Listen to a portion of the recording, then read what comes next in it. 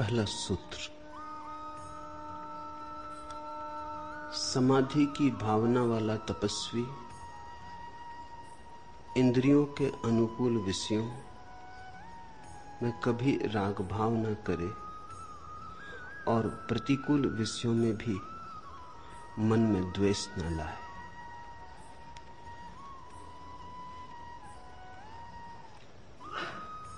मनुष्य के मन के आधार ही चुनाव में है। मनुष्य के मन की बुनियाद चुनने में है। चुना कि मन आया, न चुनो मन नहीं है। इसलिए कृष्णमूर्ति बहुत जोर देके कहते हैं चॉइसलेस अवेयरनेस, चुनाव रहित सजगता। चुनाव रहित सजगता में मन का निर्माण नहीं होता।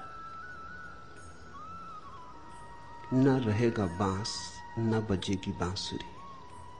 मन को तो बहुत लोग मिटाना चाहते। ऐसा आदमी खोजना कठिन है जो मन से परेशान ना हो। मन से बहुत पीड़ा मिलती है, बेचैनी मिलती है। मन का कोई मार्ग शांति तक, आनंद तक जाता नहीं, कांटे ही चुभते। मन आशा देता फूलों की, भरोसा बंधाता फूलों का। हाथ आते आते तक सभी फूल कांटे हो जाते। ऊपर लिखा होता सुख,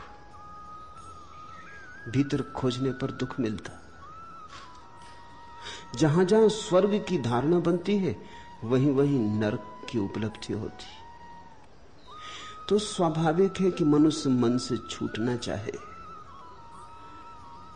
लेकिन चाह काफी नहीं। यह भी हो सकता है कि मन से छूटने की चाह भी मन को ही बनाए, क्योंकि सभी चाह मन को बनाती। चाह मात्र मन की निर्मात्री है। तो बुनियाद को खोजना जरूरी है। मन बनता कैसे, यह पूछना ठीक नहीं कि मन मिटे कैसे। इतना ही जानना काफी है कि मन बनता कैसे। और हम न बनाएं तो मन नहीं बनता। हमारे बनाए बनता है, हम मालिक हैं। लेकिन ऐसा हो गया है कि बुनियाद में हम झांकते नहीं, जड़ों को हम देखते नहीं, पत्ते काटते रहते हैं। पत्ते काटने से कुछ हल नहीं होता। महावीर का यह पहला सूत्र निर्विकल्प भाव दशा के लिए पहला कदम है। महावीर कहते हैं न तो राग में न द्वेष में।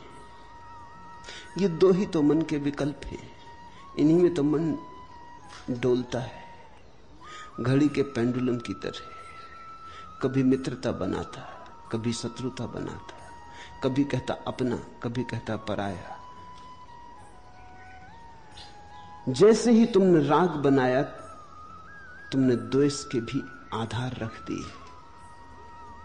ख्याल किया, किसी को भी मित्र बनाए बिना शत्रु बनाना संभव नहीं। शत्रु बनाना हो तो पहले मित्र बनाना ही पड़े। तो मित्र बनाया कि शत्रुता की शुरुआत हो गई। तुमने कहा किसी से मेरा है, संयोग मिलन को पकड़ा, विछोह के बीज बो दिए। जिसे तुमने जोर से पकड़ा वही तुमसे छीन लिया जाएगा। तो यह भी संभव हो जाता है कि आदमी देखता है जिसे भी मैं पकड़ता हूं वही मुझसे छूट जाता है, तो छोड़ने को पकड़ने लगता है कि सिर्फ छोड़ने को पकड़ लूं। यही तो तुम्हारे त्यागी और विरागियों की पूरी कथा है। धन को पकड़ते थे, पाया कि दुख मिला, तो अब धन को नहीं पकड़ते, लेकिन नहीं पकड़ने पर उतना ही आग्रह। पहले धन के लिए दीवाने थे, अब धन पास आ जाए तो घबरा जाते हैं, जैसे सांप बिच्छू आया हो, जैसे जहर आया हो। मन तो फिर कब गया। पहले धन के लिए कपता था, अब धन के विरोध में कब गया। पहले खोजते थे सुंदर देह, सुंदर स्त्री, सुंदर पुरुष।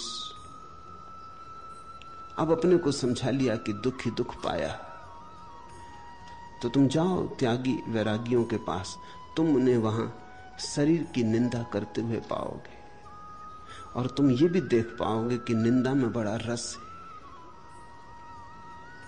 शरीर के भीतर मांस मज्जा है,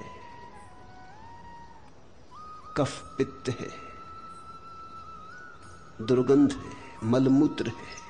इसकी चर्चा करते हुए तुम त्यागियों को पाओगे, जैसे भोगी चर्चा करता है सुंदर आंखों की, स्वर्ण जैसी काया की, स्वर्गीय सुगंध की। वैसे ही त्यागी भी चर्चा करता है। त्यागी चर्चा करता है शरीर में भले मलमूत्र की। ये तो गंदी का टोकरा है, ये तो चमड़ी ही ऊपर ठीक है, बाकी सब भीतर गंदा भरा है। चमड़ी के धोखे में मत आओ। लेकिन दोनों का राग शरीर से है। जिसको हम विराग कहते हैं वो भी सिर के बल खड़ा हो गया राग है, शीर्षासन करता हुआ राग है। शरीर से छुटकारा नहीं हुआ, बंधे शरीर से ही है। जो अभी कह रहा है कि शरीर मलमूत्र की टोकरी है, अभी शरीर से उसका लगाव बना है। वो इसी लगाव को तोड़ने के लिए तो अपने को समझा रहा है कि शरीर मलमूत्र की टोकरी है। कहां जाता है पागल, शरीर में कुछ भी नहीं। वो तुम्हें नहीं समझा रहा है, वो अपने को ही समझा रहा है तुम्हारे बहाने। वो शरीर की निंदा करके अपने भीतर जो छिपी वासना है उस पर नियंत्रण करने की कोशिश कर रहा है। निंदा हम उसी की करते हैं जिससे हम डरते हैं, दमन भी हम उसी का करते हैं जिससे हम भयभीत हैं। लेकिन भयभीत हम उसी से होते हैं जिसमें हमारा राग है। इस सारी व्यवस्था को समझना जरूरी है। इसलिए महावीर कहते हैं न तो अनुकूल विषयों में राग भाव करे, न प्रतिकूल विषयों में द्वेष भाव करे। न तो कहो कि शरीर स्वर्ण की काया है, न कहो कि मलमूत्र की टोकरी। चुनो ही मत, इधर या उधर, डोलो ही मत।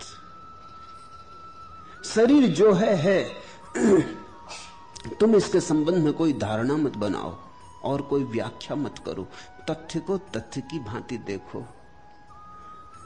न तो इसकी प्रशंसा के गीत गाओ, न तो स्तुति में ऋचाएं रचो, और न निंदा में गालियां निकालो।